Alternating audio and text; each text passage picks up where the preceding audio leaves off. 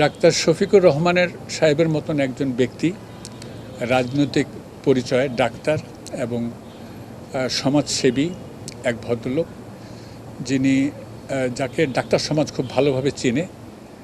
উনি যে ইউনাইটেড হসপিটালে অপারেশন করছেন এটা কিন্তু খুব বড় কথা না। উনি যে ডাক্তার জাহাঙ্গীরের কাছে অপারেশন করছে এটাও কিন্তু তেমন বড় কথা না। সবচেয়ে বড় কথা যে উনি বাংলাদেশে অপারেশন করছেন, that is the main thing. এই কনফিডেন্সটা উনি আমাদের উপরে পেয়েছেন, এইটা হলো সবচেয়ে বড় জিনিস। যে উনি চিন্তা করছেন যে আমি বাংলাদেশের ডাক্তারের কাছে করব।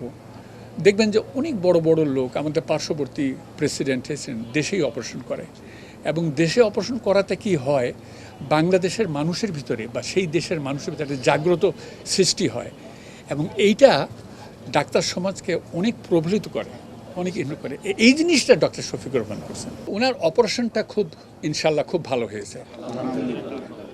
এক, দুই নম্বর হলো আমরা ওনাকে একটু ভিন্ন রকম যতটা ভালো পারছি, যেটা সবচাইতে রিসেন্ট টেকনোলজিক্যাল অ্যাডভান্সমেন্ট, দুইটা ধমনী দিয়ে অপারেশন করা, লিমা এটা দিয়ে অপারেশন করতে পারছি।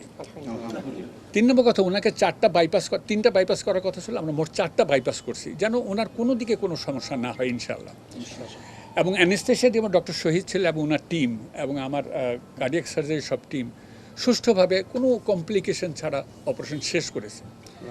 এবং আমি আশা করি উনি 7 দিনের দিন বাসায় চলে যাবেন ইনশাল্লাহ। এবং আমি মনে করি আইসিইউতে ওনার স্টে হবে 2 দিন, দরকার হলে 3 দিন বা 4 দিন, যতদিন লাগে।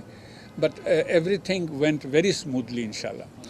ওনার রোগটা ওনার সময় উপযোগী অপারেশনটা হয়েছে, কারণ ওনার হার্টের রক্তনালীতে ফ্লো খুব আহামরি তেমন ভালো ছিল না, যা হয় আর কি, যেটাই ওইটা না হলে অপারেশনই বা করবেন কেন।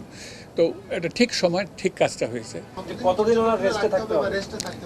না, ওনার অপারেশন ভালো হলে 3 সপ্তাহে উনি বক্তৃতা দিতে পারবেন। বক্তৃতা প্রধান কাজ একটা, উনি ভালো বক্তৃতা এবং ভালো সমাজসেবী কাজ করতে পারলে আমারও তো ভালো লাগবে। বাংলাদেশে আমরা ডাক্তারদের তরফ থেকে জনগণকে দিতে পারি কথাটা, যেটা অনেক আগেই বলি, আমি সবসময় এখনও বলি একই কথা, যে বাংলাদেশের মানুষ বাংলাদেশের ডাক্তারকে দিয়ে একটা রিজনেবল প্রাইসে সুষ্ঠু চিকিৎসা হোক, এবং at the end of the day ওরা যেন মনে করে, ওরা যেন তাদের নাগরিকত্ব নিয়ে গর্ববোধ করে, ওরা যেন বাংলাদেশে আমরা নাগরিক এইটা নিয়ে তারা গর্ববোধ করে যে আমরা নাগরিক, আমরা একটা অল্প পয়সায় বা সুনির্দিষ্ট পয়সায় একটা সুষ্ঠু চিকিৎসায় আমরা সেরে উঠছি। আমাদের কষ্ট করে বিদেশে যেতে হচ্ছে না। অনেক আগে, আজকে থেকে 2003 সনে না 4 সনে একটা ইংরেজি পত্রিকায়, আমার মনে নেই অবজারভার নাকি সামথিং, হার্ট ফাউন্ডেশন, আমরা যখন প্রথম হার্ট সার্জারি শুরু করি ব্রিগেডিয়ার মালিকের নেতৃত্বে, তখন আসলে কত শত কোটি টাকা ফরেন কারেন্সি সেভ হয়েছে বাংলাদেশে। So that was a day যখন ওই যে মুজাহিদ সাহেব এরা সবাই আসতো। তো আমার কথা হলো যে এই আস্থাটা আমাদেরকে দেখা উচিত। যদি বলি ব্যবসায়িক দিক দিয়ে, health industry is a very big industry, এটা অনেকে বোঝে অনেকে বোঝে না। আমি সাধারণত এরকম ইয়েতে আসি না, কোনো লাইভ শোতে আসি না, কিন্তু আমি এটা বলবো যে বাংলাদেশে এখনও ইউনাইটেড হাসপাতালের মতন বা এভারকেয়ার হাসপাতাল, ঢাকা শহরেও যদি 10টা হাসপাতাল হয়, রুগীর শেষ হয় না।